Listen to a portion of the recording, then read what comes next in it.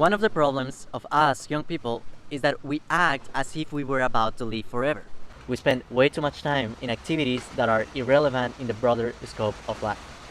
We allow ourselves to engage in very destructive behaviors that paradoxically we would not be happy to see people we love doing. Sometimes we give ourselves permission to treat the people we love in a way we would never treat them if we knew it was the last time we were about to see them. We are convinced that there is certainly a future opportunity to put our act together, to start doing things better, to start improving, and to start communicating in our relationships in a more effective manner.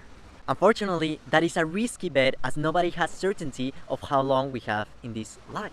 Perhaps other people from other ages act in a similar manner, but the more I have been exposed to the elderly, I have realized that many of them transmit a feeling of presence, of gratitude, of joy that many young people don't have. It should not be surprising.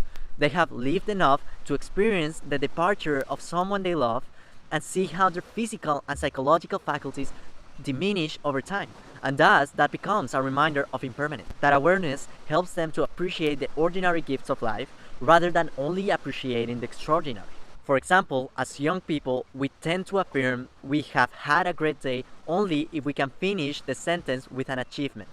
On the other hand, the elderly express their satisfaction with their day by expressing self-acceptation, self-contentment, or connection with another human being.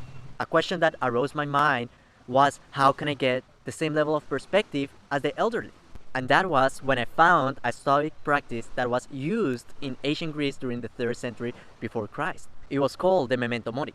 This practice consists of reminding oneself of one's own mortality and the mortality of the people we love the most.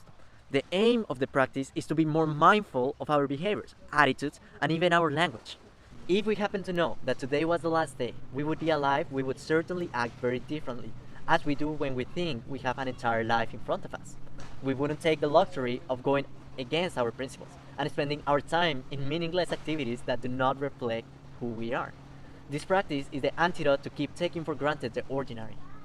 I heard the story of a couple that was deeply annoyed when their 4-year-old son made noises in the middle of the night by pushing his crib against the wall. But after his sudden death, they started coming to his room to make the noise that was so representative of their son. This is a fantastic example of how situations and events that annoy us can be missed if they were to disappear suddenly.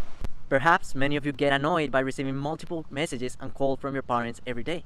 But the reality is that we would pay all the money in the world to receive one last call from them once they are dead. The point is that a simple reminder on our bed table, our desk, the mirror of our bathroom, or in our phones can be enough to remind us that today can be the last day we could be healthy, the last day we could see the light of the sun, or the last day to hear the voice of someone we love.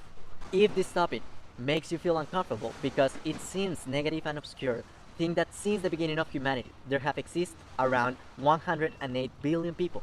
But you and I, we have something that 93% of those people don't have. Something that pharaohs, emperors, kings of all ages would give everything for, and that is the possibility to be alive today. If you found value from this video, please let me know in the comment section below. Give me a thumbs up, consider subscribing this channel, and please share this video with someone who might get value from this. Good luck.